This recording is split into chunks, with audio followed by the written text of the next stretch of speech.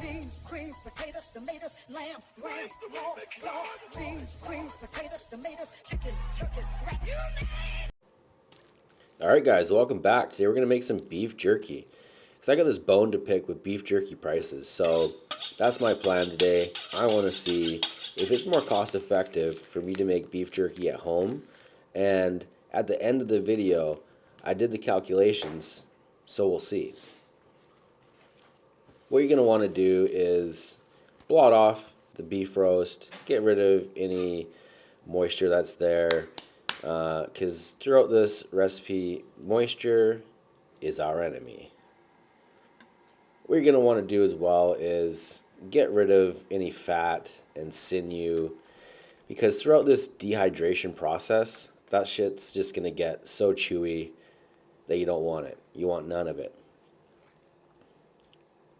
So right here, I'm slicing this entire roast in 1/4 inch thick slices. And I'm being mindful to cut the roast across the grain because it's going to make for a much more tender bite. You could cut the jerky with the grain, and your jerky is just going to chew like a cheese string. Like when you take a bite, it's just going to sort of pull off in strings. It's going to be stringier. So whichever way you like it, like if you want a little bit more of a chew, then go for it. Cut it across the or with the grain, and or do half and half. So now that we got everything sliced up, we're gonna put it into bags, and then that just makes it easier to toss them around with the marinade. Like I could have thrown everything into that bowl and just did it that way, but if you got bags, go for it. And I think in hindsight, what I would have done is maybe like a little bit of a salted dry rub just on all the slices and laid them out on trays. And if I had the room, then I would have tried to remove a little bit of the moisture in the meat ahead of time. Because you'll see that the dehydration process ends up taking a little bit longer than anticipated.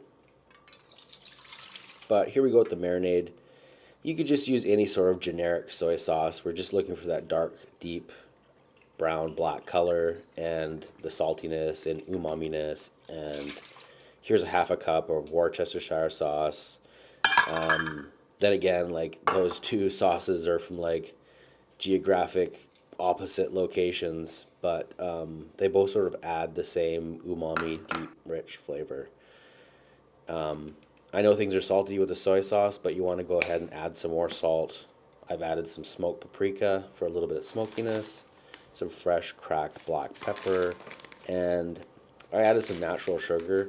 These sugar crystals are a little bit larger, and I noticed that they didn't dissolve completely into that cold liquid.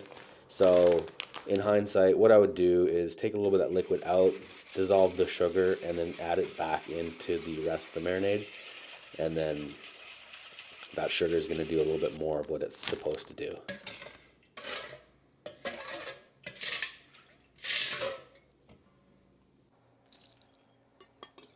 Yeah, now I'm just going to split this marinade up evenly between both bags and just give them both a really good toss and just distribute that marinade as best that you can.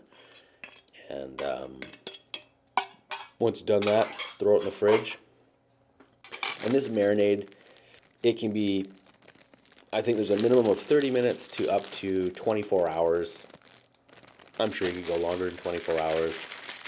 In hindsight, I did 4 hours. I probably would have done overnight. It ended up getting pretty good flavor imparted, but the more the merrier. So yeah, 24 hours is definitely what I want to do next time.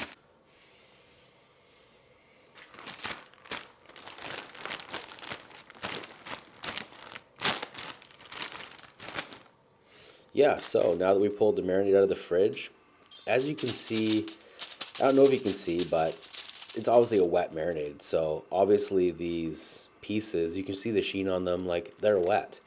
And it was going through my mind, like I wanted to dry them off. I wanted to take a piece of paper towel and sort of remove some of the extra moisture, but I thought of my 4-hour marinade window, and I just didn't want to remove any of that flavor. In hindsight, that cost me some sleep, because the dehydration process took about 3 times longer than I anticipated. So I think factors were how thick the slice was, the fact that I used the wet marinade, and just with having your oven temperature so low, you're not able to use convection, so you have no air circulating. So there's actually quite a bit of steam that builds up in your oven, that you're unable to get rid of. So as you'll see, it's suggested, highly recommended, that you open your oven periodically, every hour, I believe, to let out some moisture. Um, and that actually makes a really big difference, because you can see like the meat's sweating and it's just kind of turning gray, and I thought it would be like more dehydrated after an hour. So this is at our 4-hour mark, and it's looking kind of nasty, to be honest. I was like, damn, really? I'm like, I just ruined all this meat. But luckily, I had conviction. I just threw it back in, set the timer, and I set my alarm clock, because I woke up at 2:30 in the morning to pull this beef jerky out of the oven. And as you can see, there's like still more steam, but everything was dehydrated. It's got that classic jerky pull. Like, you can see that the moisture's gone there. Like, it's super tender, and it's very tasty. Like, it's got a nice flex. Like, it actually turned out really well. It would be nice if I add a little bit more spice, but IBS gang clicked up. We just can't do that. So now that I've done this, I'm really curious to crunch some numbers and see if it was more cost effective to make this beef jerky from home.